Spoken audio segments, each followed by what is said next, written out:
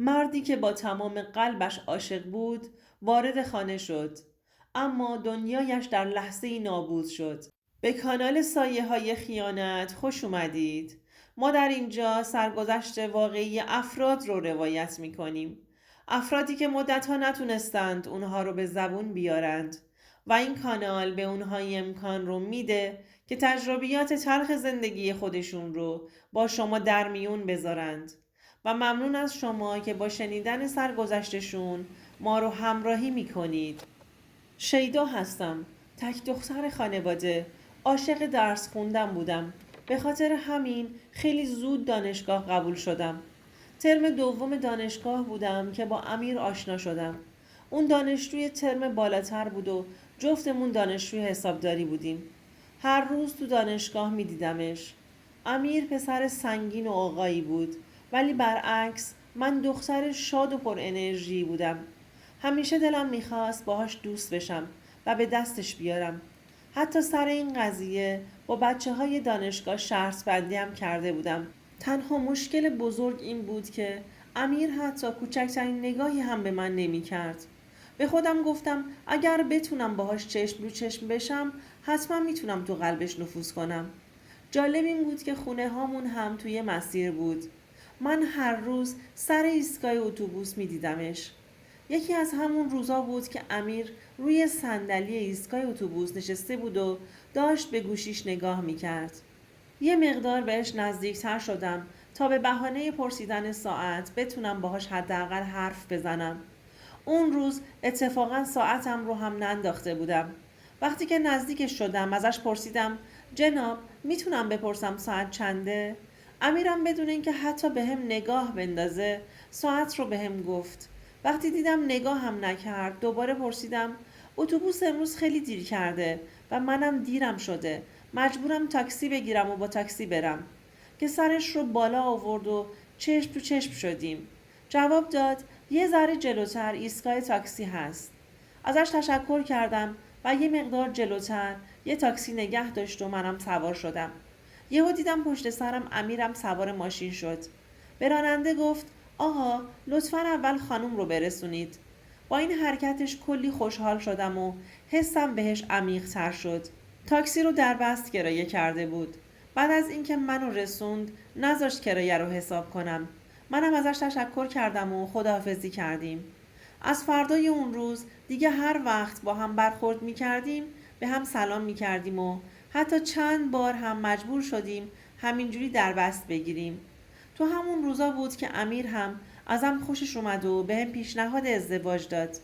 اما به هم گفت که من اهل دوستی نیستم و به خاطر همینم بهت پیشنهاد ازدواج دادم که اگر قبول کنی باید یه مدت کوتاه تحمل کنی تا دانشگاه هم رو تموم کنم. منم که از خدام بود قبول کردم. خلاصه امیر دانشگاهش رو تموم کرد و طبق قولی که بهم داده بود به خواستگاریم اومد و بعد از گرفتن جواب مثبت از خانوادم با هم ازدواج کردیم و زندگی مشترکمون شروع شد. امیر یه مرد تعصبی و غیرتی بود و همه تو فامیل دوستش داشتند و بهش احترام میذاشتند. تنها مشکلش این بود که به من اجازه نمیداد از خونه تنهایی بیرون برم و میگفت که هر چیزی که بخوای خودم برات تهیه میکنم و میارم. حتی خنده و شوخی با مردهای فامیل رو برام قدغن کرده بود. دیگه داشتم به اخلاقاش عادت میکردم و اینکه دلم هم نمیخواست کاری کنم که از دستم ناراحت بشه. امیر یه دوست صمیمی هم داشت که مثل داداش میمونستند. اسمش کسرا بود. امیر خیلی بهش اعتماد داشت. کسرا مجرد بود و خونه ما زیاد رفت آمد داشت. اونا علاوه بر اینکه دوست بودند، همکار هم بودند. گاهی اوقات به خاطر کارهاشون گاهن تا دیر وقت هم خونه ما میموند. امیر هم شام نگهش می‌داشت و اونم قبول می‌کرد که شام رو با ما بخوره. امیر بچه شهرستان بود. یه برادر و خواهر بودند. گاهن مجبور بود هفته‌ای حداقل یک بار به منزل پدری بره و بهشون سر بزنه. امیرینا خانواده ضعیفی بودند. به خاطر همین امیر سعی می‌کرد تو مخارج خونه کمک خرج پدرش باشه. وقتی هم که به شهرشون میرفت کلی برای مادرش خرید میکرد. اونا هم همیشه دعاش میکردند. یه روز صبح خواهر امیر زنگ زد و به داداشش گفت که پدرشون ایست قلبی کرده و بردنش بیمارستان. امیر که از شنیدن این حرف آشفته شده بود، سریع آماده شد و به سمت شهرستانشون حرکت کرد. قبل از حرکت ازم خواست که منزل پدرم برم و تنها نمونم. منم به خاطر اینکه خیالش راحت باشه قبول کردم. بعد از رفتن امیر وسایل هام رو برای چند روز جمع کردم و با یه ماشین سمت خونه مامانم اینا حرکت کردم. 2 روز بعد امیر به هم زنگ زد و گفت که پرونده داخل کمدش هست و کسرا میاد خونه تا اونو ازم بگیره. ازم خواست که با آژانس به خونه برم و پرونده رو به کسرا بدم. قبول کردم و حرکت کردم. تا رسیدم دیدم کسرا جلوتر جلوی خونه وایستاده. کلید خونه رو انداختم و پرونده رو پیدا کردم و به کسرا دادم. موقع برگشت ازم خواست که باهاش برگردم و آژانس رو روونه کنم که بره. چون خیلی کسرا اصرار داشت منم قبول کردم که باهاش برگردم سمت منزل پدرم. تو کل مسیر تو آینه به هم نگاه میکرد و حرف میزد. اما من 10 بار یه بار جوابش رو میدادم. چون از حساسیت امیر خبر داشتم. کسرا از خودش میگفت از اینکه کسی رو تو زندگیش دوست داشته اما اون به خاطر پول با کس دیگه ازدواج کرده و اینکه امیر چقدر خوشبخته که همسری مثل من رو داره. منم ازش تشکر میکردم. وقتی منو رسوند ازم خواست تا وقتی که امیر نیست هر جایی که خواستم برم باهاش تعارف نکنم و بهش بگم. منم سرم رو به نشانه تایید تکون دادم و بازم ازش تشکر کردم و از ماشینش پیاده شدم و اونم رفت. امیر بعد از چند روز برگشت. پدرش رو مرخص کرده بودند اما پزشک اجازه نداده بود که پدرش دیگه کار سنگین انجام بده. امیرم به خانواده‌اش گفته بود که کل خرج اونا رو خودش میده. وقتی که برگشت از صبح که میرفت سر کار تا دیر وقت خونه نمی اومد. منم اکثرا تنها بودم. داشتم افسرده می شدم. وقتی هم که حرفی بهش می زدم می گفت مجبورم تا خرج 2 تا خانواده و داروهای پدرم رو در بیارم. دیگه شرایط زندگی برام سخت شده بود.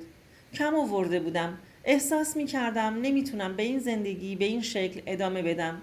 امیرم که آدمی نبود به هم اجازه بده تنهایی بیرون برم یا با دوستام دور همی داشته باشم.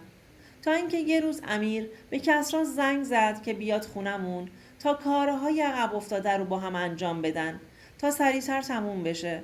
اونم خودش رو رسوند. وقتی که امیر حواسش نبود نگاه های کسرا رو به خودم احساس می کردم و معذب می شدم. اون شبم گذشت تا اینکه امیر یه روز ظهر که از سر کار برگشت کلی وسیله خریده بود و به هم گفت که میخواد بره خونه مادرش رو بهشون سر بزنه. ازش خواستم که باهاش برم اما قبول نکرد و به هم گفت زود برمیگردم. ازم خواست که به خونه مادرم برم ولی بهش گفتم که خونه کار دارم و باید تمیزگی کنم. امیر هم قبول کرد و رفت. ولی ازم خواست که در نبودش که نیست اگر چیزی خواستم فقط به کسرا زنگ بزنم و خودم از خونه بیرون نرم. بعد از رفتن امیر کم کم شروع کردم به تمیزگی. یه چند ساعتی گذشت که مایه تمیز کنندم تموم شد. خواستم برم بگیرم که یاد حرف امیر افتادم. به کسرا زنگ زدم و بعد از احوال پرسی بهشون گفتم یه مقدار خرید داشتم اما امیر گفت که به شما زنگ بزنم. اونم ازم لیست خریدهام رو گرفت و طولی نکشید که زنگمون رو زدند. وقتی از آیفون پرسیدم کیه، کسرا بود که خریدهام رو برام آورده بود. در رو باز کردم و اومد بالا. وقتی خونه رو ریخت و پاش دید گفت منم کمکتون میکنم. تشکر کردم ازش و گفتم خودم از عهده کارا برمیام.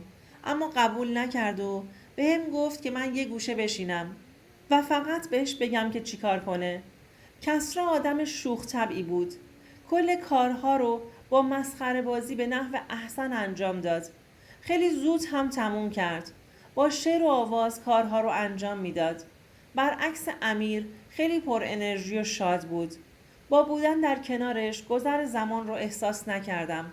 وقتی که کارها رو انجام داد، موقع رفتن بهم یه شماره مخفی داد و بهم گفت که اگر کاری داشتم فقط با همون شماره تماس بگیرم و بعدش هم بهم گفت که خیلی دوستم داره و منو میپرسته.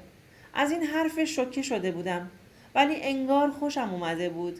حس خوبی ازش گرفته بودم. ازم خداحافظی کرد و رفت. بعد از رفتن کسری احساس عذاب وجدان گرفته بودم. دوست امیر که مثل داداشش بود به هم ابراز عشق کرده بود و منم نتونسته بودم چیزی بهش بگم. وقتی شامم رو خوردم و به رخت خوابم رفتم کلی با خودم کلنجار رفتم و به شمارش نگاه می کردم. نمیدونم چی شد که بهش پیام دادم. اونم جوابمو خیلی سریع داد. انگار منتظر بود. خلاصه این که تا خود صبح به هم پیام میدادیم. صبح امیر از خونه پدرش برگشت خونه. اما از بیخوابی دیشب حس بلند شدن رو نداشتم و کار زیاد و خستگی رو بهونه کردم. از اون روز به بعد ارتباط ما بیشتر و بیشتر شد. تا امیر پاشو از خونه میذاشت بیرون بهش پیام میدادم. اونم به هم زنگ میزد و کلی با هم حرف میزدیم. با کسرا خوشحال بودم. همیشه منو میخندوند. روزها همینجوری میگذشتند.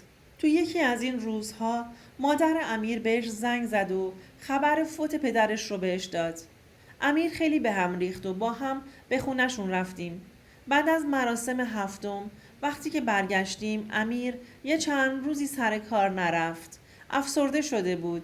ما هم نتونسته بودیم وقت خالی پیدا کنیم و به هم زنگ بزنیم. کسرا تو پیاماش ابراز بیقراری میکرد و منم دلم براش تنگ شده بود. کسرا همش میگفت که دلش تنگه و میخواد منو ببینه. اما هیچ راهی نداشتیم تا اینکه کسرا به امیر زنگ زد و گفت که کارها خیلی عقب موندند و اگر همینجوری امیر ادامه بده تو کارهاشون ضرر بزرگی میکنند. این حرف کسرا باعث شد که امیر دوباره تصمیم به سر کار رفتن بگیره. با رفتن امیر از خونه به کسرا زنگ زدم و بعد از 2 ساعت سریع خودش رو به من رسوند. وقتی که در رو باز کردم با همه احساسش منو تو آغوش کشید و بهم گفت که دیگه طاقت دوریم رو نداره. منم احساس آرامش خاصی کنارش داشتم. فقط به حرفاش گوش میکردم که یهو در باز شد و امیر وارد شد. من و کسرا رو تو آغوش هم دید. من وحشت زده به سمت اتاقم دویدم و در رو از پشت قفل کردم. همش منتظر بودم که صدای داد و فریادشون بالا بیاد. اما هر چقدر موندم خبری نشد. خودم رو برای هر اتفاقی آماده کرده بودم. وقتی که دیدم صدایی ازشون نیست به بیرون از اتاقم رفتم. ولی اونا اونجا نبودند. هر چقدر منتظر موندم کسی به خونه برنگشت. کسرا و امیر بیرون از خونه با هم درگیر شده بودند و کسرا از دست امیر تونسته بود فرار کنه. من هر چقدر تماس می گرفتم هیچ کدوم جواب تلفن رو نمی دادند. از اینکه به امیر خیانت کرده بودم احساس پوچی می کردم.